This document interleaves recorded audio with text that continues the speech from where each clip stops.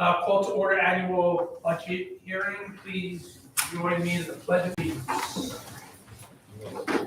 Pledge allegiance to the flag of the United States of America and to the republic for which it stands, one nation, under God, indivisible, with liberty and justice for all. All right.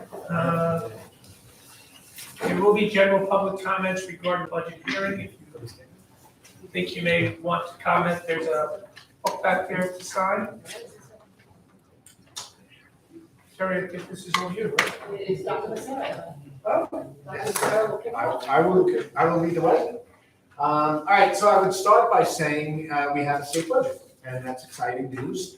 At the last budget hearing, I discussed with the community that in terms of being able to prepare a budget for a school, it sometimes could be problematic if the state doesn't have a budget passed, but we were just about 99.9% assured that our funding was secure because the items that they were debating were not education related, and sure enough, that came passed. Very pleased to say that the full funding guarantee of foundation aid has come to pass, including the 3% minimum for districts.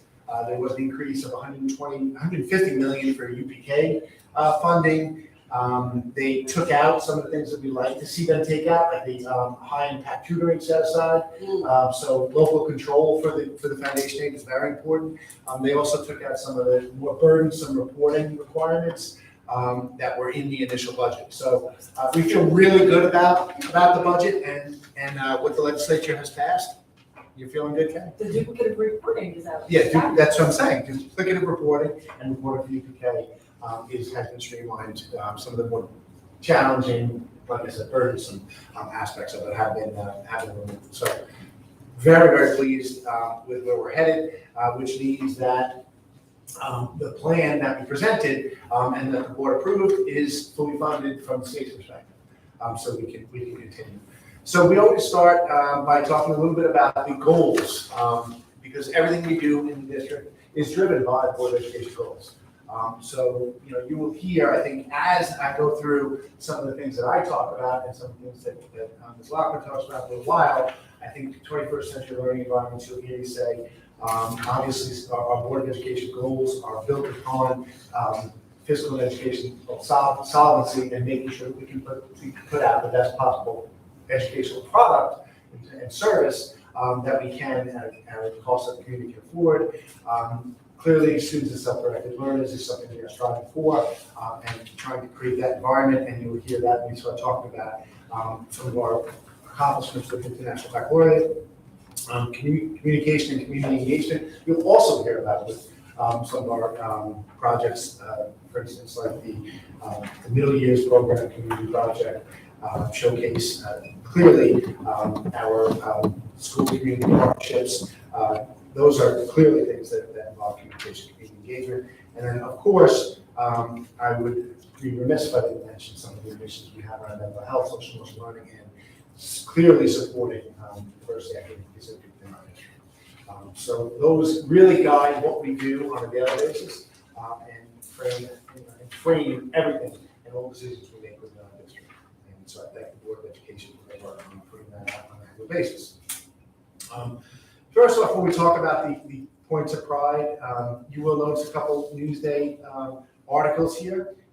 Actually, in the update on Friday, you'll see our communications company has kind of culled all the recent articles, and we've been hitting the press more than we have in years past. And I think that certainly has helped us because we are trying to promote as much as we can in our district and all the positive things we do.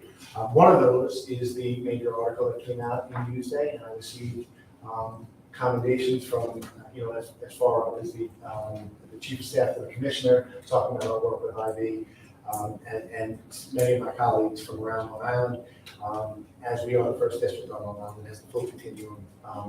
Really, I'm going to say pre-K all the way up to 12 because of our articulation things. That's why I'm pre-K, and working toward this full implementation of the IB continuum. We are taking the lead in this idea of mental health for all. I think that even when we talked about a student who looked and examined some of the things around mental health continuum, and understanding that mental health is as important and sometimes more important than physical health.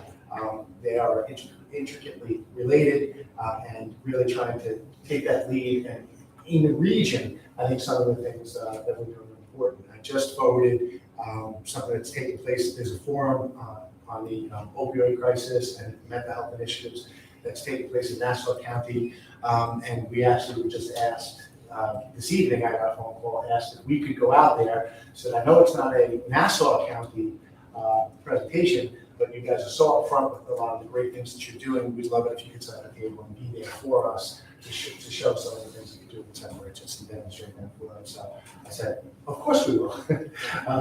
So we will be there for that.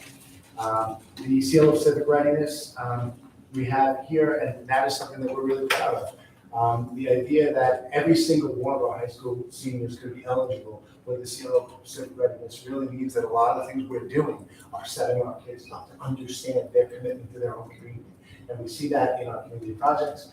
We see that when a middle school child raises money, raises $2,700, and then gives that to the elementary school to pay off their lunch balances. It's a pretty incredible feeling when you see kids recognizing their commitment to their community.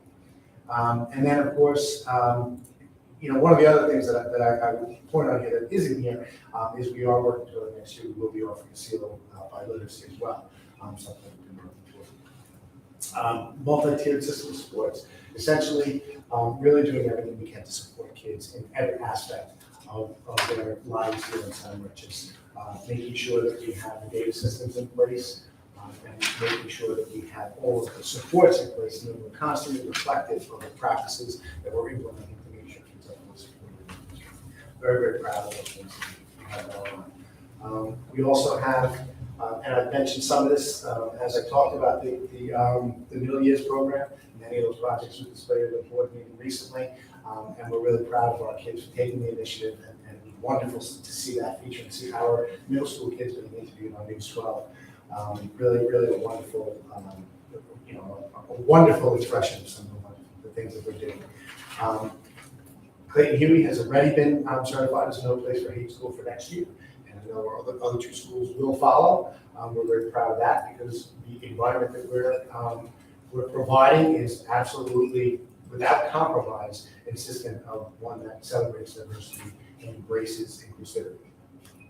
The School to Community Pilot Program, again, reaching out to organizations in our community, bringing them in, putting a curriculum in place, if you will, so that our high school students understand how to interact and how to network and how to use their elevator pitch, all those kinds of things to really set them up for success once they leave the safe harbor of Moriches schools. Our Life Skills Work Program, it's always great to go over to Anton's and sit down and see our kids in there working in the community and supporting local businesses. And so it's great to see our students getting real life work experience in local shops and businesses. And then, as you know, this was a year where we really were taking the lead in terms of building and empowering our students to be leaders. And so the student leadership and community activism that we saw this year, I think, was unprecedented in terms of what we've done in the past. The Student Athlete Leadership Conference that we hosted for all of Suffolk County was wonderful. And then to see our kids take that and what they learned about that and say, no, we want to promote this further and start the Using Our Voices Mental Health Run series was really very cool to see. So just exciting to see kids taking the lead and running these programs on their own. The education they get when they can take on a project like that and carry it forward and understand all that goes into planning events like that is really important. And then, something that we're really proud of that I don't think anyone on our administration team probably can take credit for, other than saying that we absolutely support the grid, is one that Minoska Slivsky put forward. That's the NL Parent Connection Program. Started with a couple of parents coming in and meeting with them on a Thursday night, and then turned into any Thursday night you could walk in there and see maybe 75 people in a room learning about how to apply for grants for college acceptance and things like that. And all of a sudden now we've got 4 or 5 or maybe even more students who are now have made use of that and will be attending post-high school college due to being able to participate in this. Really, really cool. What a way to connect to non-English-speaking families, and has made such a difference, I think, in our schools. So lots of pride there. I think we're a district that has been known for wonderful athletic programs. You can see on here many championships that we've had just in this year alone. From cross-country league champs, girls basketball Suffolk champs, Suffolk County champs wrestling, All-State swimmer, New York State boys golf qualifier, and player qualifier, fall and winter, 12 teams are included. It's pretty impressive. But more so, I think, and more impressive is that 17 scholar athlete teams. So to set the threshold that, hey, we want kids engaged, we want kids to, because I certainly believe that kids that are engaged in school, whether it be athletics, whether it be music, they will perform better in the classroom because they are engaged, they feel the school is important, they want to be here, and they know that we set a high standard when they participate in those things. So that's really wonderful to see. Student leadership programs, as I talked about several of the others, we hosted that student athlete leadership conference. We had the NIAA National Conference, the students participated in that, and Sexual Ed Student Athlete Advisory Committee. So kids are out there, like I said, really taking the lead and learning how to be leaders, and then facilitating that for others. When we talk about fine arts and technology points of pride, again, like to see a well-rounded education, and we really believe that the arts are a part of an essential component of a quality education for our students. Another year of being identified as best community music education. We were in the papers again in Newsday for our Clayton Hugh Young Composers Club, which was really neat. And then for a school our size to have as many students participate in SCMEA, NIA, NISPA, and NISPA, I think is pretty impressive. Oftentimes only a couple kids might go, but when they make the national, so many children are actually taking this serious enough to go. And it's a little stressful to go up there and play solos in front of judges and all that kind of stuff. But for our kids to go out there and do it, really get pat them on the back. And so it's great to see our music department encouraging them to go out there and do that. We have recently we had our trip, music in the parks trip. To Williamsburg, where they kind of came away with clean sweep of many awards down there. So it's nice to see them being recognized in the United States. We've had student art displays in museums. This morning on my way to present at the elementary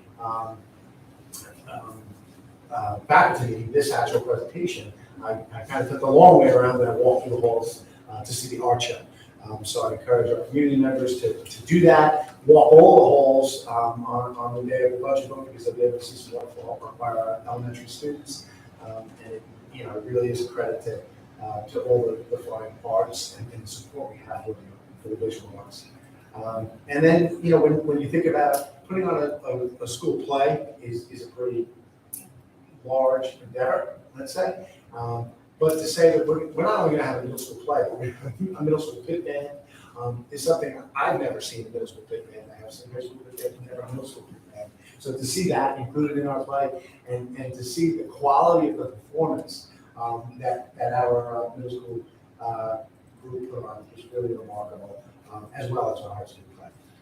Kids really do an amazing job, and it's a credit to our kids, it's a credit to Mason Hawk and the entire music and arts department. 21st century learning environment, again, the Board of Education goal. And you can look at it in a number of ways. We look at it as the entire environment that's created. What should 21st century learners, what's their essential skill set? Utilizing technology to collaborate and provide and synthesize information and come up with products that are new and innovative. That's the environment we need to create for kids. So having a one-to-one district-wide program where students from kindergarten all the way through have access to a device, certainly students in 5th through 12th grade take those devices home and have them have access to them at all times. But having all students have access to technology at that level, I think is wonderful for our kids.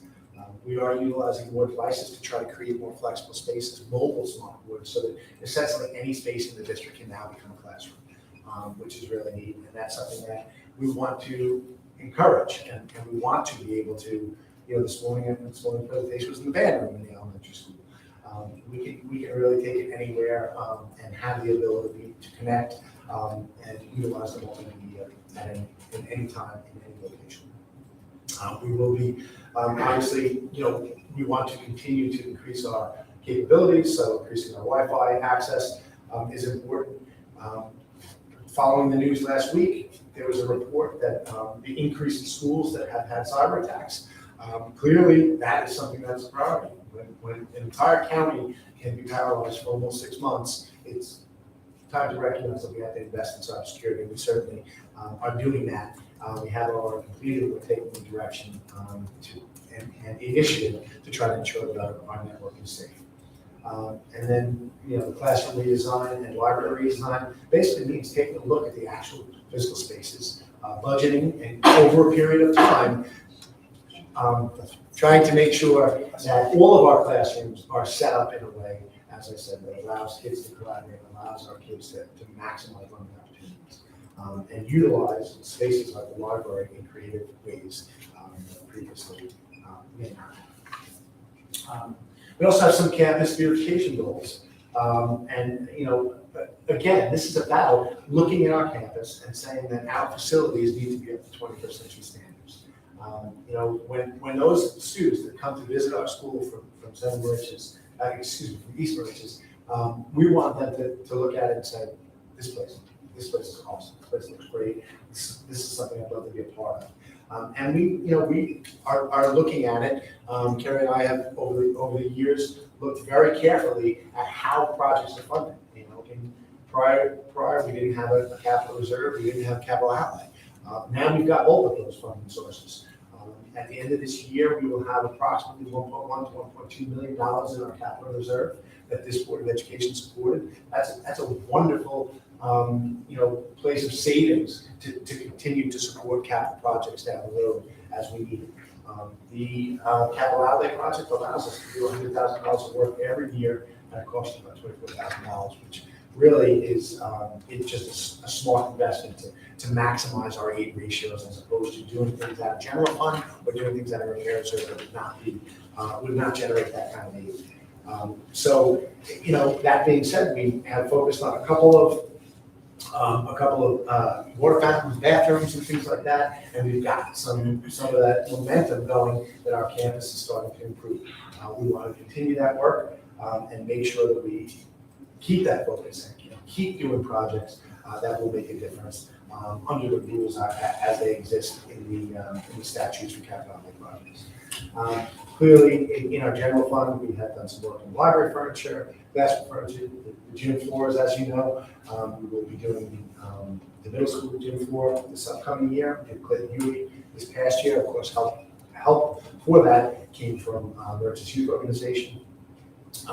Our excited to see that our energy performance contract, our solar panels, lighting upgrades, unit ventilators, replacements, all of that work is really now underway. We should start seeing the benefits of that, which will be a greener footprint for our district in energy and overall savings for our entire community.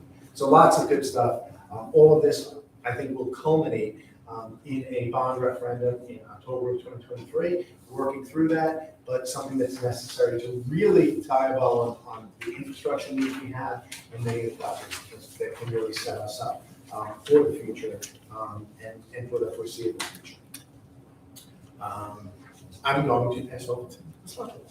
So to piggyback all the great things that we've done this year and in years past, what are we doing now next year? What's our plan in our budget process as we work through this as a budget group here in this room? Starting in January, we've worked through some really great improvements into our budget. Adding additional maintenance staff, turning the current 0.5 position in the grounds area into a full-time position, adding an additional security guard designated solely just for the middle school. Currently, guards that are up at that campus tend to service mostly the high school, So by adding an additional guard, we'll be able to designate one individual down at the middle school wing of the building. As Dr. Sarah referenced, some building upgrades, the gym floor at the high school will be done. Some classrooms, there's 2 classrooms up at the high school that have original tiling, that those tiles will be replaced as some of them are starting to come up, causing some safety concerns. The floor here in this room will be redone. Again, original carpet that is really in need of replacement. The rest of the building's been done, but this room has never been done. So really just a lot of those aesthetics that we want to see where our money is going towards. Some new golf carts, replacing the golf carts we currently have for our security team that are starting to give us a lot of repair issues. Again, 21st century learning, as Dr. Sarah mentioned, we are budgeted to start investing in our classroom spaces and getting rid of those old traditional desk styles into more movable desks and collaborative learning spaces. The capital outlay project will be focused on the high school bathroom up by the auditorium and the female bathroom. That is the only one left to be done. So we are excited to get that moving. Paperwork's already been submitted to the state. It's just pending the outcome of a vote. So we should be able to get that work done over the summer. So we will have a nice new bathroom come September when the students return. The new math curriculum, K through 5, that had been presented to the board a few months ago and adopted by the board. So we are in full implementation mode, prepping for that program to start next year. We added the final assistant coaches for the last 2 sports teams at the varsity level, which was volleyball and basketball, both male and female, will now have assistant coaches. Adding a high school PE health teacher up at the secondary campus will help in some of the program offerings and some of the great initiatives we're seeing in the mental health area and the activities that the students, a lot of student-driven programs that we're starting to see. So this will help support a lot of that going forward. Adding an E&L teacher to our staff so that our E&L staff are designated to specific buildings. Currently, some are split between buildings, so it's our goal to have somebody, one person designated at least to each building. Pupil personnel services, support staff, again, achieving that goal, addressing our mental health needs within the district and for our students. And then an 811 class will be created next year for our elementary building, and that's primarily being driven by our incoming kindergarten population. So how are we paying for, well, what does this all look like within the budget? And again, the budget gets broken down into 3 parts. It's a program, administrative, and capital. As you can see, program is just about 80% of our entire budget. And that is really showing us it's the instructional staff, it's all the benefits as it relates to it, the textbooks, transportation, our special education program, all the fine arts, the athletics, as it relates to the students. Administration is overseeing all the administrative staff and support staff, the district vote costs, legal fees, audit fees, district insurance. And then capital is all the buildings and grounds, costs related to all of that staff, the district debt, utility costs, and district security. So how are we paying for it? As you can see, there's 2 major sources of funding. And property taxes is our main source, and then followed by state aid. That state aid number had increased significantly this year, and again, that's a result of the full funding of foundation aid, which we are seeing the impact actually by shifting our property tax burden. Back in 2018-19, we had seen the taxpayers were bearing about 54% of our bills. And now we're looking at just under 50% that we are asking the taxpayers to support our budget going forward. So starting to see that fully funded foundation aid, that now becomes our base number for years going forward. And we anticipate about an average of 2% increases on top of that now moving forward year to year. So just so the average taxpayer can take a look and see what they might be paying next year, based on the average assessed home, which is information we get from the town assessor, and the assessed values also comes from the town assessor. We are seeing a continued incline in the assessed values, which helps reduce the average impact to the taxpayer as you're spreading across more funding sources. So we are looking to see a slight decrease on the average school tax for an average home of the $8,045. Less than $30. So this is all, again, projections. These numbers are set around the end of September, early October, when we get final assessment values from the town of Brookhaven. So the propositions that you'll see on the ballot is the budget itself, which is $51,770,880. And it's just asking yes or no, do you support the spending of this budget? And then on the other side of the ballot, you'll see the members of Board of Education. 2 members are up for election. Mrs. Dench and Mrs. Rayburn are not rerunning for their seats. It's a 3-year term starting July 1, 2023, expiring 2026. We do have one candidate on the ballot, Mrs. Thomasina Harrell, and then there is a spot for up to 2 write-in candidates on that ballot. So the vote will take place in Clayton Huey Main Street Gym, Tuesday, May 16th. The polls start opening at 7 a.m., will close at 9 p.m., and any absentee ballots that might be needed can be requested by the district clerk. Questions from the board?